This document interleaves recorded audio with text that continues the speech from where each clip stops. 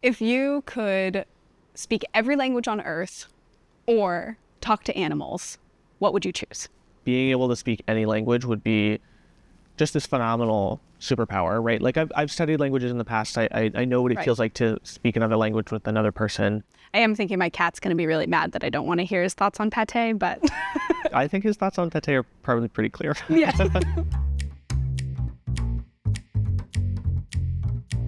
My name is Duncan. I'm one of the admission counselors here at Reed. And I'm here with my colleague, Maddie, who, in addition to being my colleague, is also a fellow alum of the college.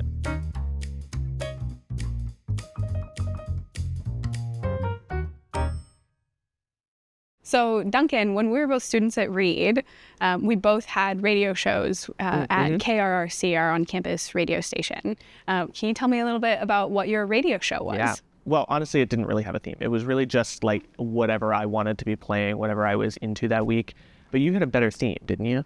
I don't know if the theme's better, but when I was a first year, I had like old school funk and soul radio show. That's, I don't know, some of the music that I most enjoyed as a teenager. But then later on, my friend and I co-hosted a show entitled Dingus to Dingus, where we would discuss current events, let's say, in our lives. Maddie, we travel a lot for our work. Do you have a favorite city to visit? I think the favorite city I visited for work is probably Bend, Oregon, though I've also gotten to go to Seattle, so of course that has many draws. My favorite city to visit, period, for work or otherwise, is San Francisco. I grew up outside of San Francisco. I grew up kind of venerating San Francisco and just loving the Bay Area in general, and it kind of has always been like the epitome of what I loved about where I grew up in Berkeley, and so San Francisco is totally the place for me. I don't know if I've ever told you that the Thesis Tower is the thing that convinced me to come to Reed. Or I don't know about convinced me, but it was like the deciding point on my tour. And I remember standing in this room and realizing or seeing the value that Reed placed on the work that students did. Do you know how far back the theses in this room go? You're kind of the expert in our office. The senior theses in this room go back to about the 1950s. Reed has always been keeping copies of student senior theses. And so in the basement of the library, there are thousands and thousands of them. But it was in the 1950s that they started asking for multiple copies so that one of them could go up here in the Thesis Tower and be kind of enshrined like this. We have this tradition on campus called Pidea. Do you have a class that you would teach? First, what is Pidea? Pidea is a long-standing Reed tradition that involves students teaching classes to one another. Sometimes staff and other community members teach the classes as well, right? I have thought about teaching one on the do's and don'ts of the Paris Metro, since I lived there for a few years. Yeah. I also have a lot of thoughts about driving.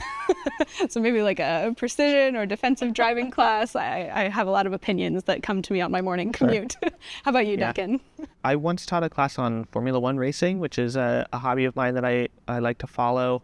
I think that that's really kind of the spirit of Pidea, is taking this thing that you are passionate about and trying your hardest to infect someone else with that passion, right? To get them on board. Do you have your best piece of advice for people entering the college search or trying to decide on a college? Keep an open mind. Going to visit a school that maybe you don't necessarily see yourself at, or exploring campuses, virtual events, whatever it may be, at a wide variety of different types of colleges and universities will give you so much information about what it is you most want out of this experience.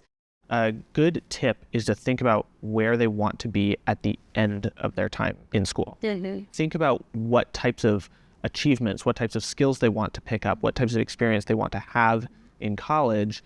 It becomes much easier to picture your goals and ultimately, again, what you want that specific school to offer you. So as your admission counselors, we're always here to help. Duncan and I love hearing from our students and working with all of you as you're going through this college application process.